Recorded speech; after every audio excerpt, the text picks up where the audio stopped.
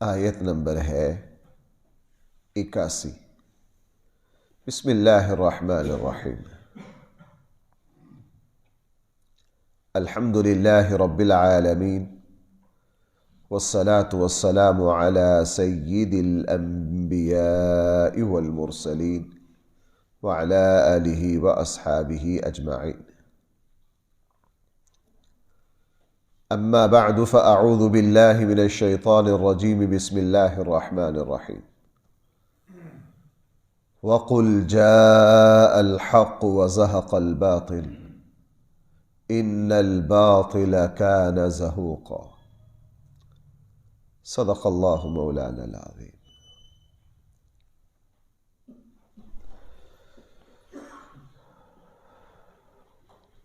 جس وقت یہ آیت اتری، ماحول مکہ کا اس وقت یہ ہے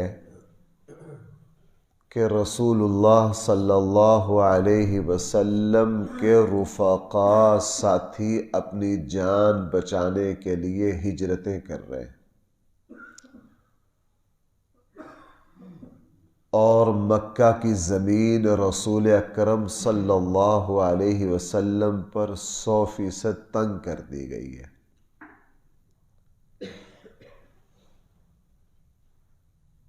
صدیق اکبر جیسے جبل استقامت، ان کو بھی پابند کیا گیا کہ آپ نماز میں قرآن آہستہ پڑھیں گے اور اپنے گھر میں پڑھیں گے، حالانکہ وہ مکہ کے جج اور قاضی تھے صدیق اکبر رضی اللہ عنہ۔ اتنے کٹھن حالات میں جب اللہ تعالیٰ نے ہمارے آقا صلی اللہ علیہ وسلم کی زبان مبارک سے اعلان کروایا، آپ کہہ دیجئے حق آ گیا اور باطل ہے، اس کی لذت کا انہی کو پتہ ہے، چونکہ انہوں نے باطل کو پنجے گاڑے ہوئے دیکھا اور اس ظلمت کی رات میں انہوں نے اللہ کے اس پیغام کو وصول کیا، اور پھر اللہ نے ان کو دکھایا کہ ہم باطل کو کس طرح مٹاتے ہیں۔ ہم تو اس آیت کو پڑھ سکتے ہیں، ترجمہ کر سکتے ہیں، ہم کیا جانیں اس کے اندر کی گہرائی کو۔ رسول اللہ صلی اللہ علیہ وسلم اور اللہ تعالیٰ کا یہ معاملہ اپنے ہر بندے سے ہے، میں اس کو لفظوں میں تعبیر نہیں کر پاتا۔ میرے اور آپ اور ہر اللہ پر ایمان رکھنے والے مسلمان کی زندگی میں ضرور ایسے موڑ اور ایسے لمحے آتے ہیں جس وقت انسان کا اندر اور رواں رواں پکار اٹھتا ہے کہ میرا اللہ 100% موجود ہے، میرا رب 100% کیا ہے۔ کیوں؟ حالات کا دہانہ کسی اور طرف بہرا ہوتا ہے، اللہ کی طاقت اور قدرت میدان میں آتی، اللہ تعالی حالات کے رخ کو پلٹ کر وہ مارتے، انسان کہتا ہے یا اللہ یہ تو ممکن ہی نہیں تھا۔ اب مکہ کی وہ صورتحال کہ رسول اللہ صلی اللہ علیہ وسلم ہجرت کے منتظر، صحابہ اکرام جا چکے ہیں بہت بڑی تعداد میں، بھائی کہاں؟ حبشہ۔ اب اس ماحول میں یہ آیت اتری، حق آ گیا باطل مٹ گیا۔ کہاں مٹ گیا باطل؟ 360 بت چاروں طرف لگے ہوئے ہیں، یہاں اللہ کی توحید اور کلمہ کا نعرہ لگانے پر ابو ذر غفاری کے ساتھ جو کچھ ہوا ہے وہ سب کو پتہ ہے۔ لیکن اس آیت کے اترنے کے 8-9 سال بعد صحابہ اکرام نے وہ پھر منظر دیکھا کہ اللہ کے نبی صلی اللہ علیہ وسلم پوری شان کے ساتھ مکہ کو فتح کر رہے ہیں، اور 9 سال پہلے جس وقت یہاں شرک اور کفر اور باطل نے پنجہ گاڑا ہوا تھا، یہ نبی کی زبان مبارک سے آیت نکلی تھی۔ آج مکہ فتح ہو گیا 9 سال بعد، اور رسول اکرم صلی اللہ علیہ وسلم کے دست مبارک میں ایک چھڑی ہے، صحیح بخاری اور مسلم میں اس کی تفصیل آتی ہے۔ اللہ کے نبی پھر یہی آیت پڑھ رہے ہیں، جاء الحق وزهق الباطل، اور اپنی چھڑی کا اشارہ اس طرح کر رہے ہیں، اور جتنے 360 بت تھے وہ ریت کے ذروں کی طرح بکھر رہے. سب نے یہ دیکھا. میں نے عرض کیا حالات کچھ اور منظر دکھا رہے ہو اور اللہ کی طاقت آ کے اپنے بندوں کو پھر کچھ اور دکھاتی. مثلا آپ یہ دیکھ رہے ہیں غزہ میں جو کچھ ظلم ہو رہا ہے، لیکن اس کا ایک مثبت پہلو بھی دیکھو. اللہ تعالیٰ منفی کے ساتھ مثبت کو بھی چلاتے. پوری دنیا کہہ رہی ہے غزہ جتنا شہر اور اتنا اسلحہ جتنا افغانستان میں استعمال کیا گیا تھا اتنا صرف غزہ میں استعمال کر دیا گیا. اس وقت تو غزہ میں کیڑے مکوڑے بھی نظر نہیں آنے چاہیے. اس وقت بھائی جو کچھ غزہ پر کر دیا گیا ہے کیڑے مکوڑے بھی نظر ہیں، لیکن بھائی اہل فلسطین غزہ میں تنے تنہا مقابلے پر ابھی کھڑے ہیں کہ نہیں؟ کہ اسرائیل نے زمین نہیں، فلسطینی پوری دنیا میں کھڑے. اور اللہ تعالی کفر کے مرکزوں میں، یورپ میں اس سے پہلے ایسا نہیں ہوا. پرسوں جو اسپین میں ہوا ہے، امریکہ میں ہوا ہے، 5-5 لاکھ بندہ فلسطینیوں کی حمایت میں کالج یونیورسٹیوں کے وہ طلباء جو خود انہی کی نسل ہیں، انہی کی اولاد ہیں، انہی کی نسل ہے، انہی کی اولاد ہے.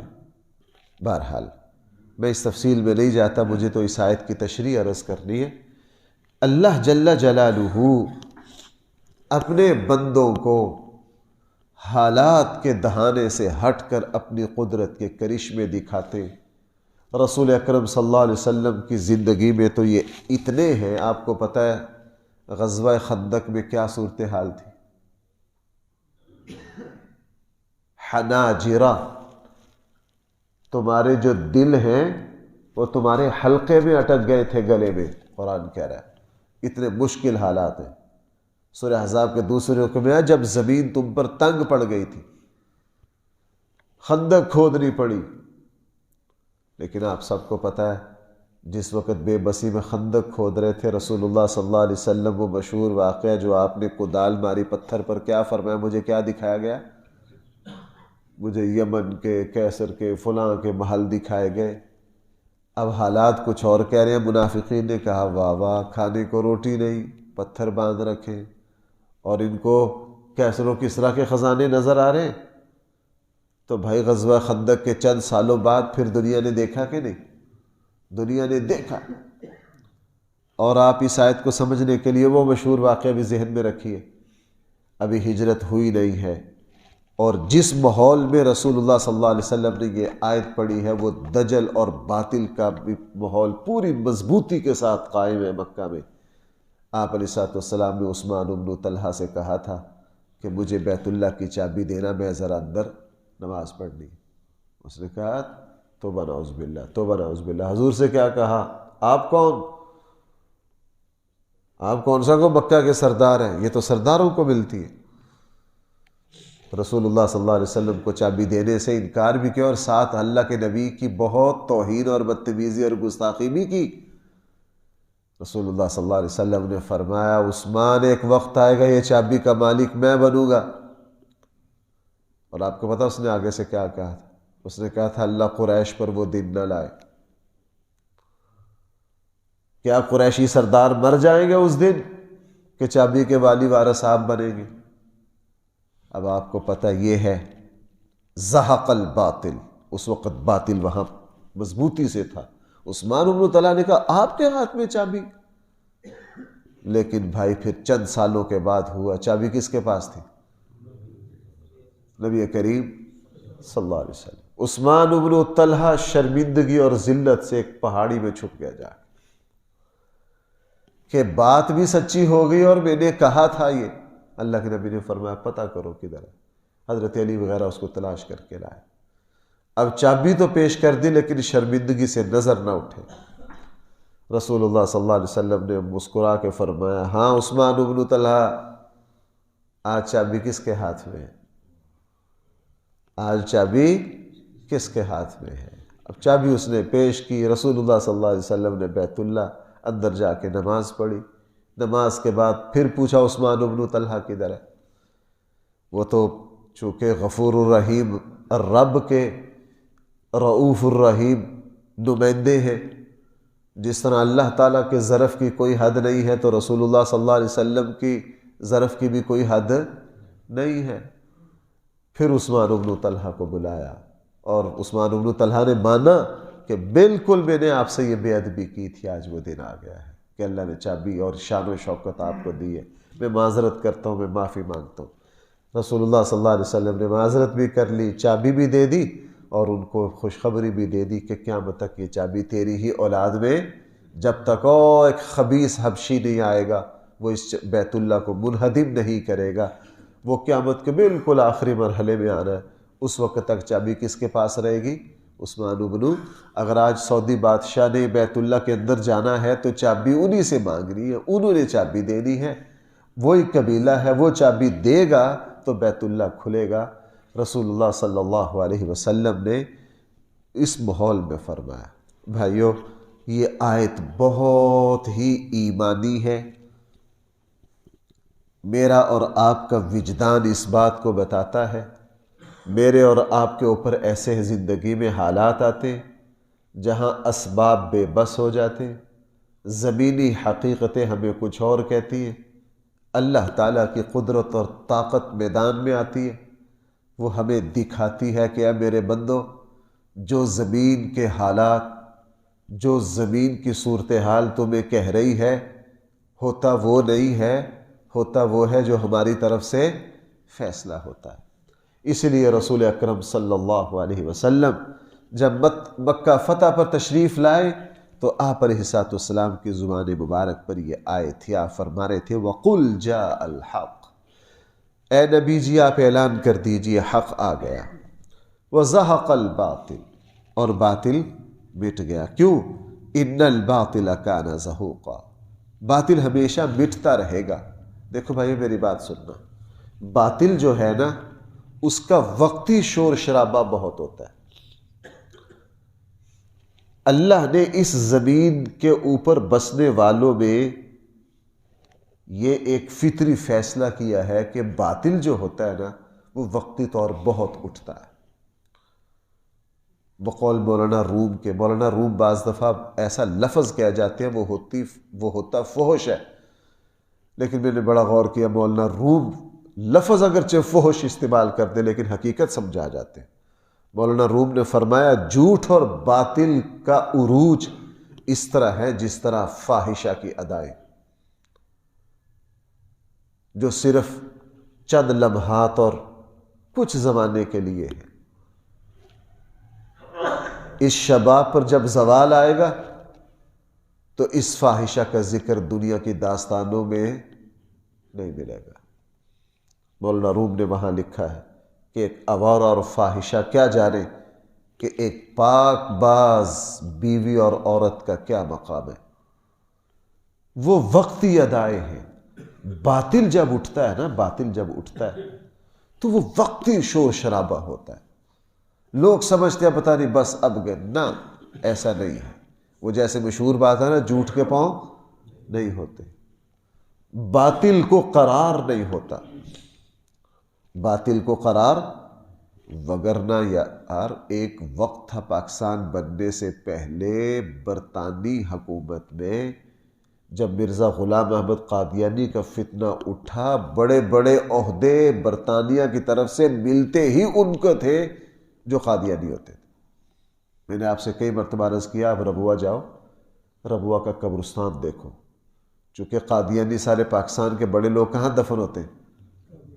ہمارے ڈسکا کے بھی خبیثوں کی قبریں کہاں؟ وہاں۔ آپ وہاں کتبے پڑھے قبروں کے، یہ ہوم سیکرٹری ہے، یہ سپریم کورٹ کے فلاں ہیں، یہ فلاں ہیں، بڑے بڑے کرتا درتا وہاں دفن ہے۔ میں جب بہت پرانی بات ہے، جب پہلی دفعہ گیا میں حیران رہ گیا، یار یہ سارے پڑھے لکھے لوگ قادیانیت سے متاثر ہوئے، ان میں اللہ نے عقل نہیں دی تھی، پھر اس پر تحقیق کی، مطالعہ کیا، اس میدان کے جو ختم نبوت کے ہمارے بڑے اساتذہ سے ان سے پوچھا، انہوں نے کہا نا یہ بہت پڑھے لکھے تھے سارے، ان کو پوری سمجھ تھی۔ برطانیہ نے اپنے اس پودے کو پروان چڑھانے کے لیے وہ بڑے بڑے عہدے دیتے ہی ان کو تھے جو بھائی قادیانیت کا فارم پر کرتے تھے، پھر ان کو مراعات ایسے دیتے۔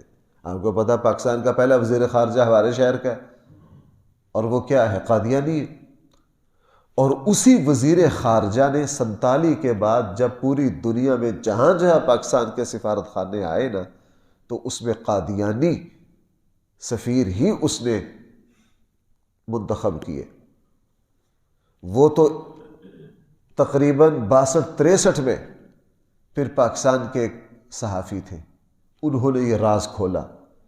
وہ پوری پاکستان جن علاقوں جن ملکوں میں پاکستان کے سفارت خانے آئے تھے، انہوں نے یہاں کے سارے علماء کو اکٹھا کیا۔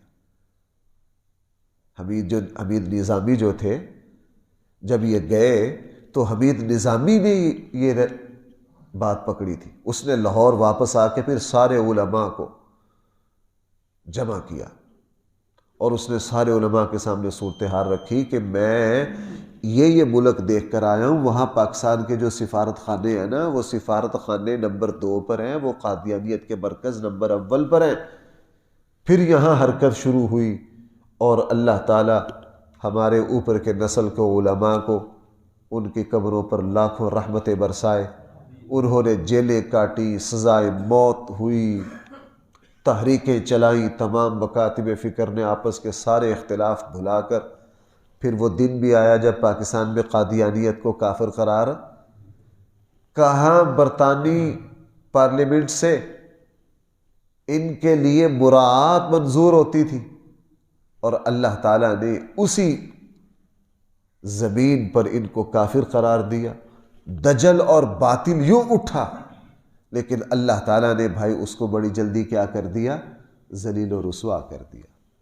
مجھے ذاتی طور پر واقعی پڑھا لکھا اور دل سے قادیانیت سے متاثر ہو کر آج تک مجھے کوئی قادیانی نہیں ملا۔ میں بہت قادیانیوں سے ملا، پیار سے ان سے سمجھا ہے، آپ نے قادیانیت کو کس وجہ سے قبول کیا؟ 3-4 وجہ نکلتی ہیں۔ غربت، پیسے کی وجہ سے، ہمارے ڈسکا میں یہی ہوا ہے۔ یہ خبیث چودھری تھے یہاں کے، غریبوں کی غربت سے فائدہ اٹھاتے تھے۔ میں ہمارے پرانے ڈسکا کے پرانے بابے اور بزرگوں کے پاس بیٹھ کر بار بار یہ تفصیلات ان سے سمجھیے، چونکہ مالدار تھے اور یہاں وہ غریبوں کو تلاش کرتے تھے۔ کسی غریب خاتون جن کی گھر کی عورتیں کہتی تھی چاچی تیرا منڈا جی ماڑا ہے، ہم اس کو باہر نہ بھیج دیں، وہ کہتے تھے ٹھیک ہے بھیج دو، اپنی روٹین کے مطابق باہر بھیجتے تھے۔ یا کہیں عورت ہے، یا کہیں پیسہ ہے، یا کہیں جہالت اور غربت ہے، یہ مفادات ہیں۔ بھائی یہ میں تفصیل کس بات پر عرض کر رہا ہوں؟ میں یہ بات عرض کر رہا ہوں کہ جھوٹ اور باطل جو اٹھتا ہے اس کی اڑان وقتی ہوتی ہے۔ بھائی اس کی اڑان کیا ہوتی ہے؟ وقتی ہوتی ہے۔ اللہ تعالیٰ ان چیزوں کو بڑی جلدی مٹا دیتے ہیں۔ میں کئی مرتبہ مثال دیتا ہوں، میں صرف اس آیت کی تشریح عرض کر رہا ہوں، میں آپ کو ویسے قصے نہیں سنا رہا۔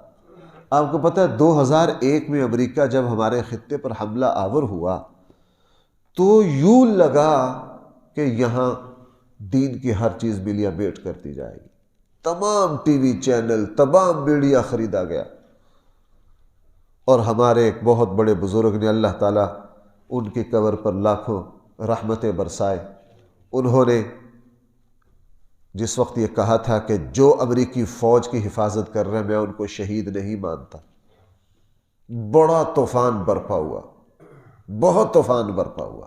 انہوں نے کہا جی میں نے صحیح کہا، جو چاہو کر لو جی، تمام چینلوں سے بین کرتے، انہوں نے کہا جی کر دو، کوئی چینل نہ بلائے، ہمیں اس کی کوئی پرواہ نہیں۔ اور یوں پڑے پورا ملک ہل گیا، صورتحال یہ بنی۔ آج بھائی وہ دجل کدھر ہے؟ آج وہ امریکی دجل ہے؟ اللہ نے مٹا دیا، اللہ نے مٹا دیا۔ میں صرف اس آیت کو سمجھانے کے لیے اتنا زور لگا رہا ہوں۔ اللہ تعالیٰ اس آیت کا فہم مجھے بھی عطا فرمائے، آپ کو بھی عطا کرے۔ جھوٹ اور باطل، رشوت اور بےایمانی، حرام، ظلم، اس کی اڑان وقتی ہوتی ہے اور بڑی جلدی مٹ جاتی ہیں یہ، اور اس کے مقابلے میں اخلاص، ایمان، للہیت، دیانت، تقوی، پرہیزگاری، اللہ تعالیٰ نے ان کی عمریں بڑی لمبی رکھی۔ اللہ تعالیٰ ہم سب کو سمجھ دے، اللہ تعالیٰ ہم کو کیا دے؟ سمجھ دے۔ آپ دنیاوی طور پر دیکھو، بعض لوگ حرام مال کی بنیاد پر بعض خاندان دنوں میں اٹھے اور شہروں پر چھا گئے، یوں گئے کہ دنیا حسرت سے دیکھتی تھی ان کو، لیکن 20-25 سال کے بعد ان کا بھائی کیا ہو گیا؟ نام و نشان مٹ گیا۔ اور ہمارے گلی کوچے میں انشاءاللہ اللہ کی توفیق سے ایسے حلال کھانے والے بھی ہیں کہ وہ اپنے حلال پر رہے، اللہ نے ان کو آہستہ آہستہ آہستہ آہستہ آہستہ ترقی ترقی ترقی کہاں سے کہاں نواز دیا۔ تو مکہ کے اس ماحول میں جس وقت 360 بتوں کی پوجا کی جاتی تھی اور اللہ کے نبی صلی اللہ علیہ وسلم پر مکہ کی زمین تنگ کر دی گئی تھی، آپ کے صحابہ کو ہجرتیں کرنی پڑ رہی تھی، اس ماحول میں اللہ کے نبی نے جب کہا ہوگا، میں اپنے تخیل سے کہہ رہا ہوں، لگتا ہے مکہ کے کافر ہنسے ہوں گے رسول اللہ صلی اللہ علیہ وسلم پر، کون سا حق، کدھر ہے وہ حق جناب وہ زمانہ۔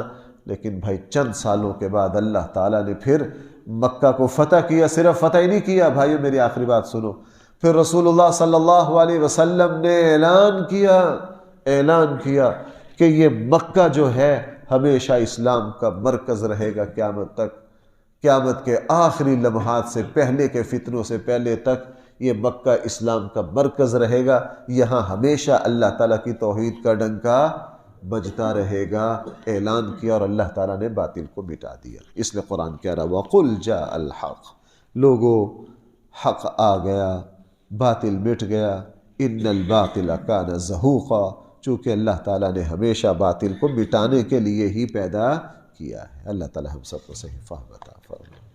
الحمدللہ رب العالمین، والصلاة والسلام على سید الانبیاء والمرسلین وعلى آلہ واصحابہ اجمعین۔ ربنا آتنا في الدنيا حسنة وفي الآخرة حسنة وقنا عذاب النار۔ صلی اللہ تعالی علی خیر خلقہ سیدنا مولانا محمد وآلہ واصحابہ اجمعین۔